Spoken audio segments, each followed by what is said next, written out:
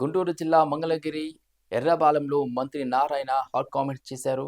అమరావతిలో lands polling విధానంలో రైతులు స్వచ్ఛందంగా ముందుకు వస్తున్నారని, తాజాగా ఈరోజు 10 మంది రైతులు ముందుకు వచ్చారని అన్నారు.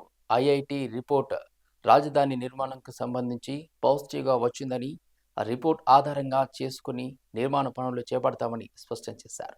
అందులో 29 గ్రామాలంటూ ఆ గ్రామాల్లో 2015 జనవరి 1న ల్యాండ్ పుల్లింగ్ నోటిఫికేషన్ ఇస్తే 2015 ఫిబ్రవరి 28 అంటే కేవలం 58 రోజుల్లో 34,000 ఎకరాల రైతులు ముందుకు వచ్చి యాక్చువల్గా తెలుగుదేశం ప్రభుత్వం ఆ రోజు ఇచ్చారు.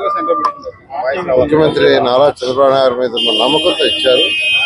దానికి తగ్గట్టుగానే ప్రపంచంలో ఉన్న టాప్ 5 సిటీలో చేయాలని ఆ రోజు డిజైన్ చేయడం జరిగింది.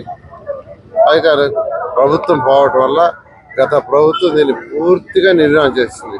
పూర్తిగా అసలు ఎలా చేసిందంటే వరల్డ్ బ్యాంక్కి ఇది మునిగిపోతే లెటర్ రాసింది.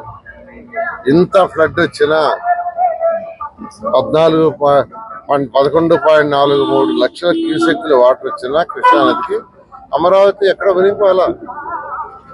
అలా గత ప్రభుత్వం